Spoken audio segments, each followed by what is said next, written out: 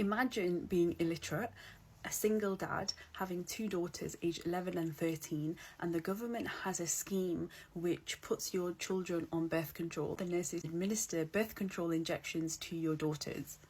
And then one day you have someone come and get you to sign a document to say, we're going to treat your daughters as part of this whole process. But you do not understand what you've consented to, and what actually transpires is that your two very young daughters aged 11 and 13 have their tubes tied, which means they can never ever get pregnant again.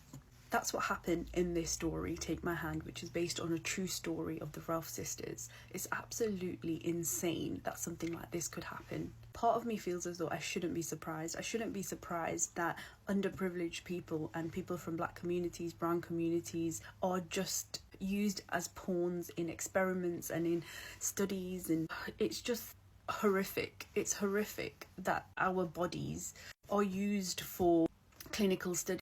The book also references the Tuskegee study. I'm not sure if any of you have heard of it, but it's the Tuskegee syphilis study. I think it started in around the 1930s up until the 1970s, where black men were studied without their consent.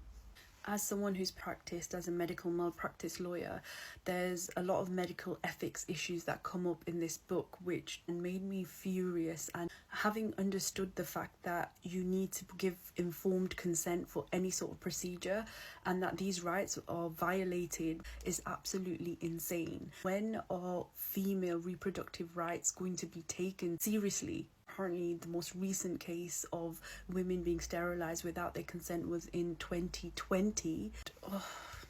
It just makes me so angry. It really does. I physically feel sick because it's such an abuse of someone's human rights.